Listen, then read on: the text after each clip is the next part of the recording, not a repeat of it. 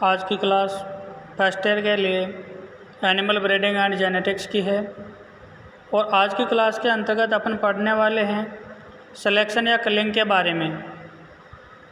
Selection का मतलब होता है किसी पशु का चयन करना और कलिंग का मतलब होता है कि पशु की छँटनी करनी या पशु को समूह से अलग करना। तो जो आज का अपना चैप्टर है वो चैप्टर सिलेक्शन एंड कलिंग पर आधारित है, जिसके अंतर्गत सबसे पहले अपन इनकी डेफिनेशन के बारे में देखेंगे कि सिलेक्शन किसे कहते हैं और कलिंग किसे कहते हैं। सिलेक्शन का मतलब होता है समूह में से किसी पशु को चुनना, चयन या वर्ण कहलाता है। मान लो एक 100 गाय का समूह है, उस 100 गाय के समूह में से अच्छे गुणों वाली, अच्छी प्रजनन क्षमता वाली, अच्छे उत्पादन वाली और अच्छी रोग प्रतिरोधक क्षमता वाली ऐसे नर और मादा पशु का चयन करेंगे अपन, जो उन 100 पशुओं में सर्वश्रेष्ठ है। तो उन 100 पशु के समूह में से कुछ पशुओं का चुनना या चयन भी सिलेक्शन कहलाता है। दूसरा है कलिंग, जिसे अपन छँटनी कहते हैं, यानी समूह में से किसी पशु को बाहर निकालना या हटाना कलिंग कहलाता है। मान लो कि अपने पास 10 गाय का समूह है और उसमें से 2 या 3 या 1 गाय ऐसी है जिसका या तो उत्पादन अच्छा नहीं है, या उसकी रोग प्रतिरोधक क्षमता अच्छी नहीं है, या वो मादा पशु है जिसका प्रजनन रिकॉर्ड है वो अच्छा नहीं है। तो किसी न किसी बुरे गुण की वजह से समूह में से किसी पशु को हटाना या बाहर निकालना कलिंग कहलाता है।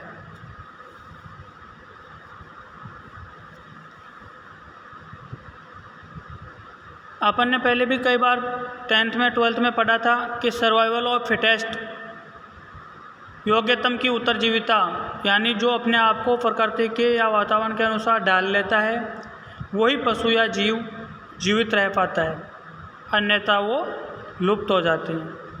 तो आपको अगर पूछ लिया जाए कि सर्वाइवल ऑफ फिटेस्ट थ्योरी किसने दी थी, तो survival of fittest theory Darwin नामक वैज्ञानिक ने दी थी।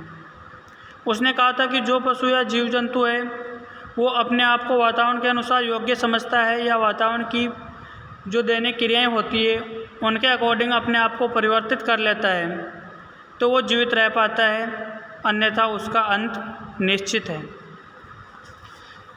तो ये हो गई आपके सिलेक्शन और कलिंग की डेफिनेशन। अब अपन पढ़ेंगे सिलेक्शन के प्रकारों के बारे में। तो सिलेक्शन मुख्य रूप से 2 प्रकार का होता है। एक होता है प्राकृतिक चयन, जिसको बोलते हैं नेचुरल सिलेक्शन, और दूसरा है कृत्रिम चयन यानी आर्टिफिशियल सिलेक्शन। तो चयन मुख्य रूप से 2 प्रकार का होता है, प्राकृतिक चयन और कृत्रिम चयन। चयन के इन प्रकारों के बारे में पढ़ने से पहले एक अपन छोटा सा टॉपिक है कि चयन के उद्देश्य क्या है, क्या उद्देश्य हैं चयन के जिसके कारण से अपन पशुओं का चयन करते हैं, उनके बारे में अपन जानकारी प्राप्त करेंगे। तो पशुओं में नए जीन उत्पन्न नहीं किए जा सकते, पशु हो चाहे जीव जंतु हो, उनमें नए जीन पैदा नहीं किए जा सकते, परंतु चयन की विभिन्न विधियों द्वारा आनुवंशिक बनावट को बदला जा सकता है।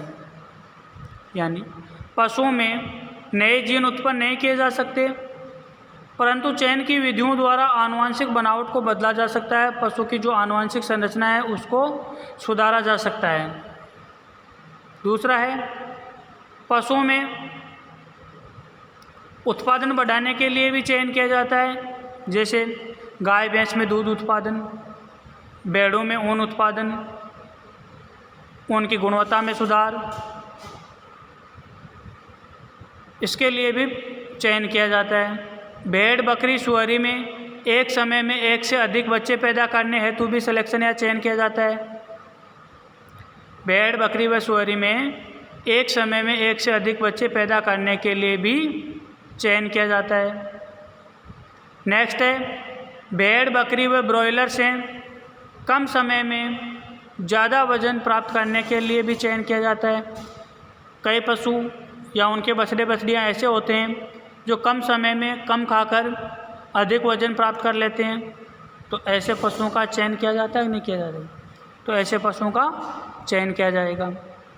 घोड़ों में दौड़ने व कूदने की क्षमता बढ़ाने के लिए चयन किया जाता है। चयन का उद्देश्य है कि घोड़ों में तेज़ दौड़ने व कूदने की क्षमता बढ़ाना, और मुर्गियों में अधिक से अधिक अंडा उत्पादन करना। इन सभी उद्देश्यों के कारण पशुओं में चयन तकनीक अपनाई जाती है, या चयन की विधि है वो अपनाई जाती है। अब अपन बात करते हैं चयन की विधियों के बारे में। आपको पूछ लिया जाए कि चयन की कितनी विधियां हैं, तो मुख्य रूप से चयन की 7 विधियां होती हैं। व्यक्तिगत चयन, वंशावली चयन, संतति परीक्षण चयन, प्रदर्शनवर्त चयन, उत्पादन के आधार पर चयन, आनुवंशिकता तथा पर्यावरण पर आधारित चयन, और पशु के स्वास्थ्य एवं जनन क्षमता पर आधारित चयन। तो चयन की कुल मिलाकर 7 विधियां होती हैं जिनके आधार पर पशुओं का चयन किया जाता है। अब अपन नेक्स्ट क्लास के अंतर्गत चयन की प्रत्येक विधि के बारे में चर्चा करेंगे, जैसे व्यक्तिगत चयन किस प्रकार से किया जाता है, इसके क्या लाभ है, क्या हानियां हैं, और व्यक्तिगत चयन को किस किस अन्य नाम से जाना जाता है। इन सब के बारे में अपन डिटेल से चर्चा करेंगे नेक्स्ट क्लास के अंतर्गत।